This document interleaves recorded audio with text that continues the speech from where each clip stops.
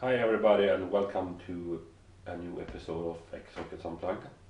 This is Magnus Thor speaking. This time we're going to show you the new features that we have in our WebRTC library. Almost 1 year ago we released a video on YouTube showing an early version of the WebRTC functionality that you can find in our real-time framework. It has been extremely popular and now it's time to show you some new things that can come handy for those out there that will try, is about to try our framework or is about to build a video conference upon WebRTC technologies. So I prepared my demonstration by creating a empty .NET solution, a ASP.NET MVC application.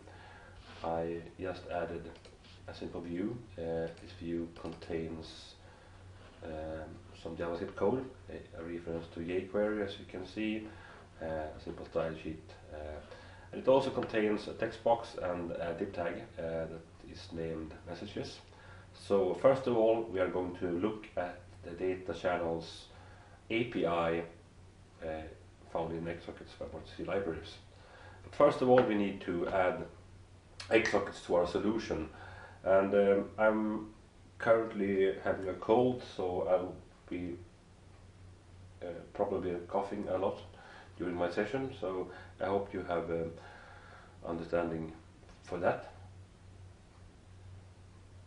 So let's start by installing XSockets. This is the package manager console. I'm calling it package XSockets. This will be take a while. Now it adds some assemblies to our application, some templates and some controllers. Now it's done. As you can see, we received a couple of new references in our solution. It calls XSockets core, etc. We also got a bunch of JavaScripts, XSockets latest, which is the API for connecting to the XSockets server, as well as there's APIs for fallback, etc. And you also have the XSockets WebRTC library, which enables you to do data channels and media streaming. We also have a controller that takes care of the signaling, because there's some signaling involved in the RTC connection process. Sorry. So let's start by adding a bootstrapper so that XSockets is started. And when you install XSockets, you will be receiving a couple of templates. As you see here, there are some templates. We will be using the XSockets web bootstrapper. This will ensure that XSockets is running inside our web application. So this is the bootstrapper. So just let's see if the XSockets server starts. I'm starting the application now, and as you see, the breakpoint was hit. And we can continue. Yeah, there is not much. So let's go back to the code. We can remove this breakpoint and go back to our client, our HTML page. And we need to add a reference to XSockets. And we also need to add a reference to XSockets WebRTC. And further on we need to add a WebSocket, let's call it WS, and RTC will be our object that holds, that keeps the RTC instance. So when we have a document ready event fire off, we will create a new XSockets.WebSocket, and as XSocket starts automatically on localhost, we can connect to localhost, and per default it's running on port 4502, and now it's time for us to tell XSockets which controller it needs to connect to. And when you install XSockets, you receive a couple of built-in controllers. One of those is the controller that enables the broker functionality or the signaling mechanisms for WebRTC. This is located in the XSockets controllers. It's also open sourced, you can find it on GitHub. But let's connect to the broker, let's build in. Sorry. And when we have a connection to our broker or our XSockets controller, we will have a object thrown back to us. Let's start by looking at this connection object, and let's do a start once again and pick up the console. So there's something wrong in my code here. There's no methods such as no. If I just add a G to this one, it's probably working better. Let's go back to the code. Sorry, a bunch of different windows. Where did it go? To this one as well. Here it is. Okay. Now you can see in the console that we have a connection and a client with, and we are connected using WebSockets. RFC6455 is the protocol we are communicating on. Go back to the code, and let's say now we have a connection to our broker. Let us create a new RTC object. It's an instance of XSockets WebRTC. We need to pass the broker into our WebRTC object by saying just passing the WebSocket, as you see here. WS is our broker instance. And when our broker is connected, or RTC object has an instance of a broker, it will give you a thing called onContext.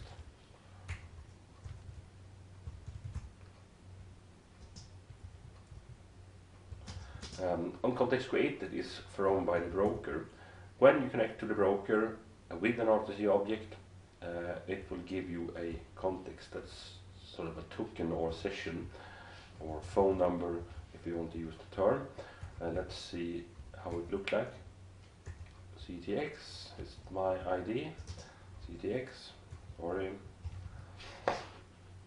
I'm going back to Chrome and see now that I have a context created.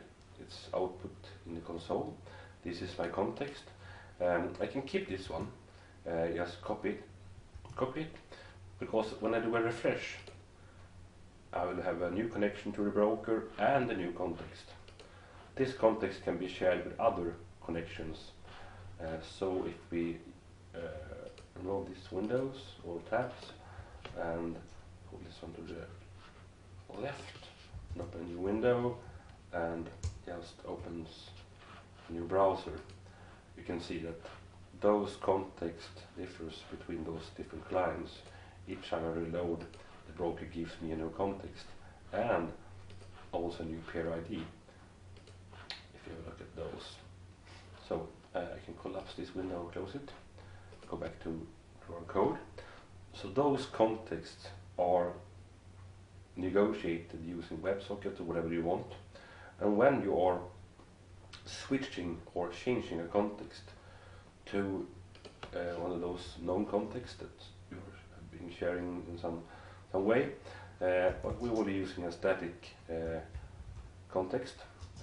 Just put in this grid. Need to get it once again. Just preserve this grid like this. We can say that when I'm connected to a broker, or when I have a context, just do a switch context. This will fire an event called onContext changed.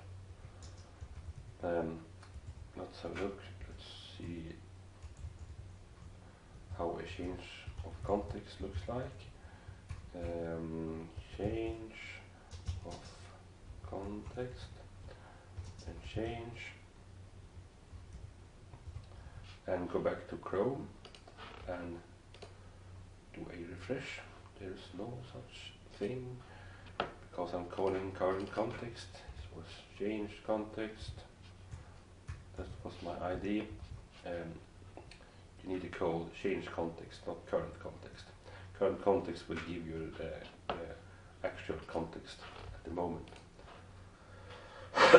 As you see, first of all we got the reconnection, we got the new context, and as we did call change context, the broker fired off this on context changed event and gave me one single pair back. This is myself.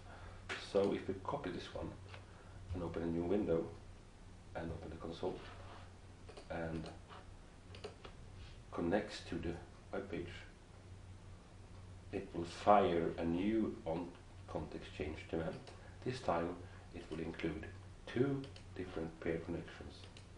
As we did call change context and pass the context of 43A, 44, etc. I think you have an idea of how it works.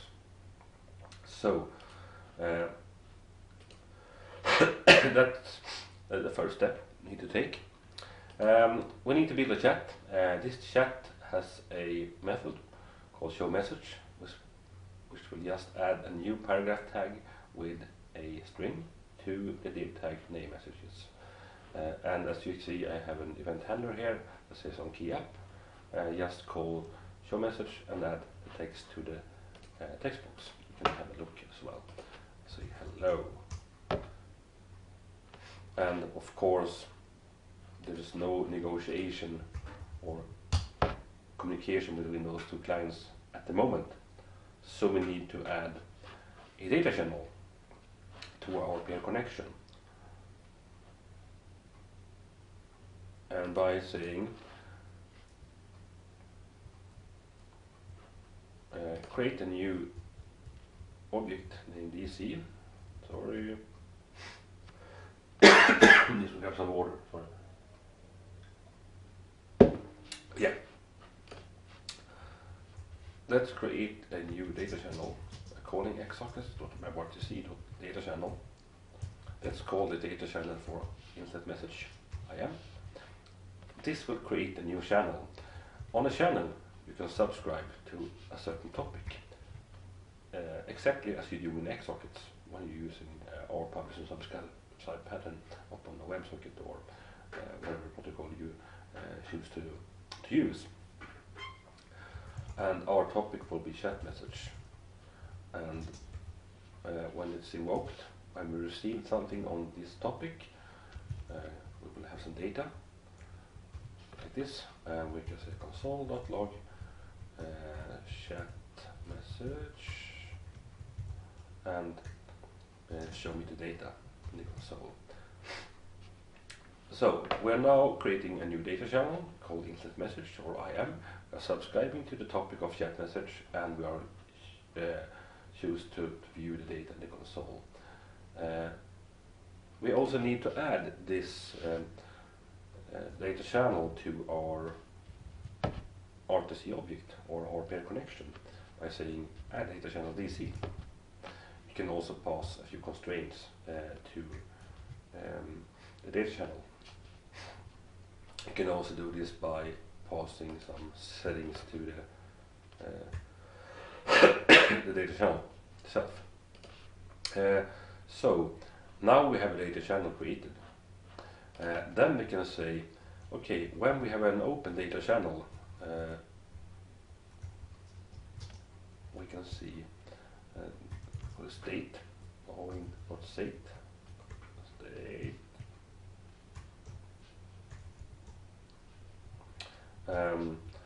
let's say in the console, DC open, and give me the state. Yeah, like this. So we're now subscribing to the chat message topic. We're also listening to the on open event.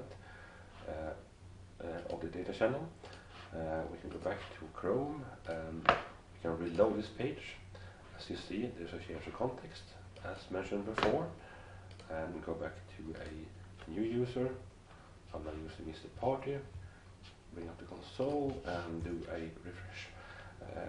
Now you can see that both clients, they received a new event called DC Open. DC Open, that's because now we have a data channel or this data channel created between those clients. But we're not sending anything, just showing the data on client.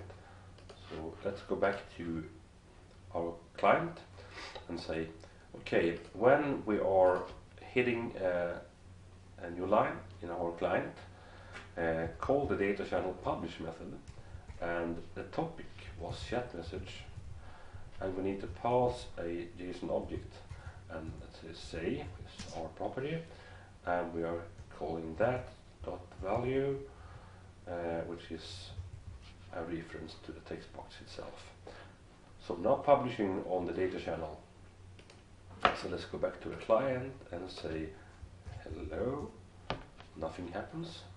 Let's do a refresh and go back to our Mr. Party user and bring up the console once again and do a refresh. Come on. Nothing happens. Cannot call method publish undefined. That's because our client or server did die by some reason. Maybe a network issue. Let's restart it then. Probably something here at the office. Unfortunately, it happens right now. We are not connected to the. Yeah. Something is wrong with the broker. Let's see what I'm doing now. Not right now. I'm not doing anything special. Back to the client. I suppose I need to kill my web service and see if some processes causing their trouble. That is extremely strange. Index out of range. That is extremely strange. These publish chat message.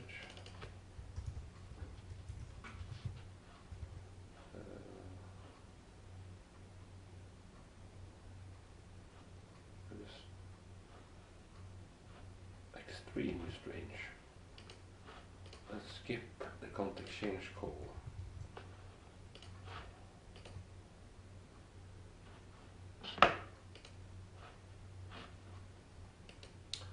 So let's have a look then and see what happens. We need to open up yet another client and go back to Chrome. And we have two instances. It says that we have a open data channel and we say hello over here, and you can see that on this right side you have a message received from this current pair, which is this client. This message object will have a property name say and hello. That's the text I write, and I suppose that you have an idea of how it works. And let's say hello from the other side sent to this client with the same phrase. So what we need to do now is just to instead of just showing it in the console, we can say show message and pass data dot message dot say to our method that displays the paragraph tag or creates the paragraph tag in our client. Let's say connect to the broker and give me a new user and refresh the data channel created and say party and say okay. So this is how you build a simple chat using WebRTC data channels. It took about 20 minutes. So let's say add some video to our simple chat application. So back to the code. We have our simple chat application created using RTC data channels. I think you got an idea, even though I'm struggling with my cold. Okay, let's have a look. We need a video tag because we are now about to create the video conference. Let's call it local video. This local video should autoplay when we add the stream to it. And this is quite easy to do, in fact, using XSockets. So let's say when we have the connection created to the broker, we need to get some user media, and that is done by calling RTC get user media. We can also pass a constraint like the video quality if we need to use audio or video, or limiting the quality to HD or VGA or whatever you want. You can find a helper called user media constraints, and we are about to use QVGA. And as I'm using the microphone now, I'll just saying false on audio, and you will have a callback fired off when the user has accepted the browser to access the local device. Let's say console.log user media okay. So let's go back to our client then, and first of all we need to restart it. I think so, because I don't remember the URL or the port number, but I should remove this once. As you see, the browser now prompts the user for camera access, and we will say allow that one. We have the same functionality as before. We have a little green box down here. But there's no video attached to the HTML5 video element. So we need to hook up a event listener for on local stream, which will give me a stream, video stream, a media stream event. So let's say attach media stream. We need to attach the media stream to our local video. I think that's the name of our element, just to make sure. Yeah, that's local video, and we need just to pass the stream to our video element. So let's do a refresh here, and now you should see me in the video stream. So that's the local video. That's my office. So how about adding a new client? And of course, nothing will happen, because we just have 2 users now with local streams, but those streams are not those streams are attached to the pair connection, but we are just broadcasting it to the remote peer, but we're not attaching it to a video element. So let's do that as well. Then we need to add a listener for RTC on remote stream. This will fire off an event. It contains some additional information about the remote peer. So let's have a look at this remote media stream in the console. So let's start Chrome again and do a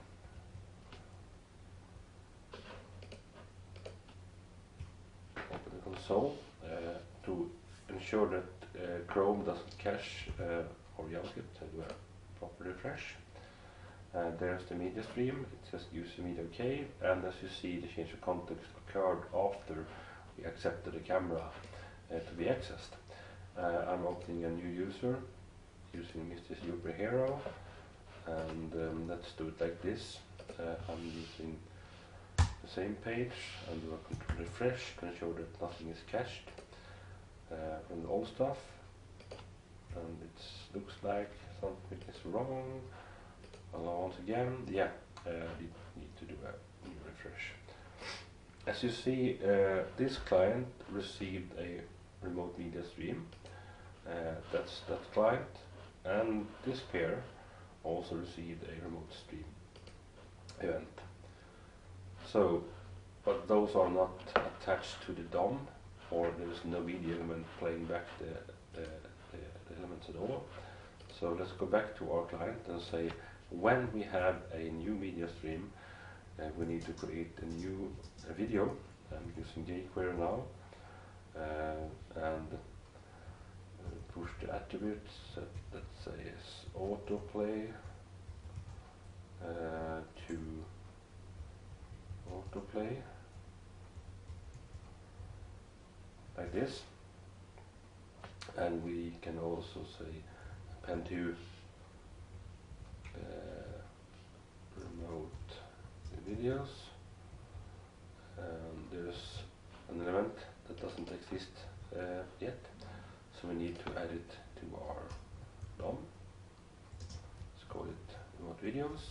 There's a placeholder for remote videos, and let's also attach the media stream to